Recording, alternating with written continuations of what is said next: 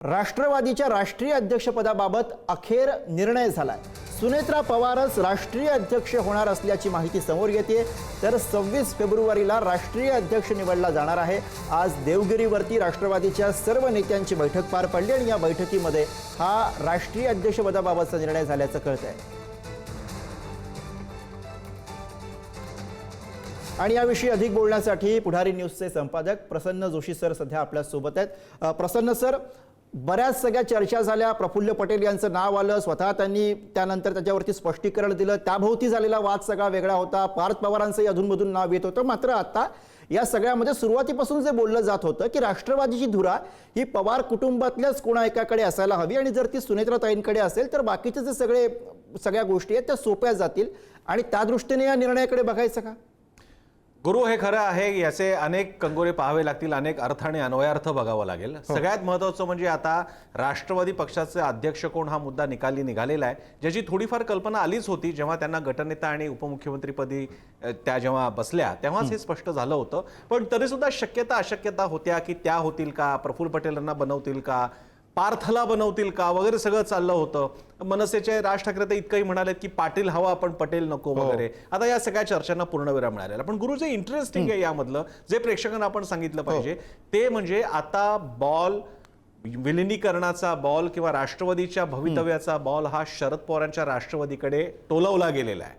आतापर्यंत जे राष्ट्रवादी काँग्रेस शरदचंद्र पवार पक्ष एकत्र येऊया, अजितदादांची इच्छा होती, अजितदादांना नेतृत्व देणार होतो, आम्हाला एकत्रच व्हायचंय, एकत्रीकरणाला कोण खो घालते वगैरे म्हणत होते।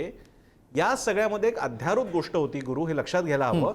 अजित पवार हयात असते आणि एकत्रीकरण झालं असतं तर अजित पवार प्रमुख झालेच असते आणि हे शशिकांत शिंदेच्या लेखामुळे तर स्पष्टच झालेलं आहे।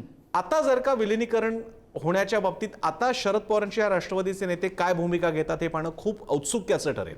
त्याचं कारण, आता जर का विलिनीकरण झालंच, ज्याचा सध्या तरी अंदाज येतोय की आता विलिनीकरणाची चर्चा जवळपास संपल्यात जमा आहे, पण समजा ते व्हायचं झालंच तर मुद्दा असेल की सुनेत्रा पवार राष्ट्रीय अध्यक्ष आणि उपमुख्यमंत्री, गटनेता, राष्ट्रवादी काँग्रेस पक्ष यांच्या नेतृत्वात शरद पवार, सुप्रिया सुळे, रोहित पवार, जयंत पाटील, शशिकांत शिंदे ही सगळी जी मांदियाळी आहे, नेतृत्वाची फळी आहे, आणि शरद पवार मी फळी म्हणून नाही म्हणते, ते सर्वोच्च नेते आहेत, राजकारणातले मोठे नेते आहेत ते, पण टेक्निकली स्पीकिंग आता जर का ते एकत्र आलेच तर सुनेत्रा पवारांचं नेतृत्व स्वीकारणार आहेत का? सुनेत्रा पवार या आमच्या सर्वोच्च नेत्या आहेत हे आता राष्ट्रवादी काँग्रेस शरदचंद्र पवार पक्षातले नेते म्हणणार आहेत का? याची शक्यता आतापर्यंतचा राजकीय इतिहास या दोन पक्षांमधला आणि कुटुंबियांमधला पाहता शक्यता फारच कमी वाटते। तसं जर का असतं तर मी गुरु हे सांगू इच्छितो, जेव्हा ही दुर्दैवी, अतिशय दुर्दैवी घटना घडली अजितदादांच्या निधनाची, अपघाती निधनाची, त्यानंतर आतापर्यंत जेव्हा कधी विलिनीकरण एकत्रीकरण शब्द यायचे त्यावेळी विलिनीकरण एकत्रीकरण, अजित पवार आणि आम्ही एकत्र येणार होतो, अजित पवारांवरती मीटिंग झाल्या होत्या, पण कुणी एक साधा प्रश्न विचारत नव्हता आणि त्याला उत्तरही दिलं जात नव्हतं की आता अजितदादा नाहीत आणि आता सुनेत्रा पवार तिकडे उपमुख्यमंत्री झालेले आहेत, गटनेता त्या झालेल्या आहेत। आता ही वाटचाल पाहता सुनेत्रा पवारांचं म्हणणं महत्वाचं असेल हे तर गृहीत आहे, एवढं हे अगदी सिंपल लॉजिक आहे। मग याला तुम्ही स्वीकारणार आहात की नाही? आणि आता तो प्रश्न विचारावा लागेल, उद्यापासून पत्रकारांना विचारावा लागेल, राष्ट्रवादीच्या शरदचंद्र पवार पक्षाच्या नेत्यांना, की आता सुनेत्रा पवारांच्या राष्ट्रवादीमध्ये तुम्ही जाण्यात इच्छुक आहात का? की आता तुम्ही म्हणालात की सुनेत्रा पवारांकडनं आम्हाला आमंत्रण येऊ द्या, जे येण्याची शक्यता फार कमी वाटते आतापर्यंतची वाटचाल पाहता। हा त्यातला सगळ्यात मोठा भाग असेल। आता शरद पवारांच्या राष्ट्रवादी काँग्रेस शरदचंद्र पवार पक्ष काय भूमिका घेतो? आणि दुसरी गोष्ट, याच्यातून सुनेत्रा पवारांनी, आपण त्याला अशा प्रकारे म्हणतोय पुढारी न्यूजकडून, राजकारणातली एक पहिली परीक्षा त्या डिस्टिंक्शनसह उत्तीर्ण झालेल्या आहेत। अजित पवार गेले तोपर्यंत सहानुभूती होती, यापुढे मात्र राजकारण आहे आणि ते करावं लागतं, म्हणजे सगळ्या गोष्टी सोडून तुम्हाला राजकारण करावं लागतं। इथे मात्र त्यांनी आपलं नेतृत्व दाखवलेलं आहे। त्यांचं अध्यक्षपद येणं याचा हाही अर्थ आहे की आतापर्यंतच्या घडामोडी या पूर्णतः जाणीवपूर्वक, विचारपूर्वक सुनेत्रा पवार करत होते आणि निर्णय घेत होत्या हे स्पष्ट झालेलं आहे। आतापर्यंत त्यांचं चित्र एक असं राबवण्याचा प्रयत्न केला जात होता की त्यांना कोणीतरी बसवतंय, त्यांना कोणीतरी हँडल करतंय, पण सुनेत्रा पवार यांनी अध्यक्ष होऊन एक प्रकारे राष्ट्रवादी काँग्रेस पक्षाचे सगळे निर्णय घेण्याच्या मागे किंवा निर्णय न घेण्याच्या मागे सुद्धा आपण आहोत ते दाखवून दिले। उदाहरणार्थ, अजित पवारांच्या अपघाताबद्दल चौकशी करा, काय चौकशी करा, रिपोर्ट सादर करा, याबाबतीत पत्रकार परिषदा कोण घेत आहे? रोहित पवार घेत आहे। पण एकटे अमोल मिटकरी सोडता राष्ट्रवादी काँग्रेस पक्ष जो आपण दादांचा पक्ष म्हणतो त्यातल्या एकाही नेत्याने कोणतीही मागणी वगैरे मोठ्या नेत्याने केलेली नाही. पार्थ आणि जयने सुद्धा केली नाही, जे चिरंजीव आहेत त्यांचे. अगदी. हे सगळं पाहता आता लक्षात आलेलं आहे की सुनेत्रा पवार या सगळ्याच्या मागते, हा जर का स्ट्रॅटेजिक सायलेन्स असेल त्यामागे सुनेत्रा पवार आहेत, अध्यक्ष होणं त्यामागे सुनेत्रा पवार आहेत, आणि आता त्या प्रमुख चेहरा असतील. हे महाराष्ट्राच्या राजकारणात आता अधोरेखित झालेलं आहे. महाराष्ट्रातला प्रमुख राजकीय चेहरा म्हणून जो आतापर्यंत सगळा पुरुषांचा होता, त्या निमित्तानं आता एका महिलेचा उदय इकडे होताना बघायला मिळतोय, आणि त्यांचं नाव आहे सुनेत्रा अजित पवार. प्रसन्न सर, या एका घटनेकडे दुसऱ्या बाजूने असे बघता येईल का? कारण सुरुवातीपासून प्रफुल्ल पटेल यांचं नाव आधी चर्चेत आलं, मग त्याला जो काही व्हायचा तो विरोध झाला, त्यानंतर ते नाव मागे पडलं. स्वतः प्रफुल्ल पटेलांनी सगळी ती सारवासारव केली.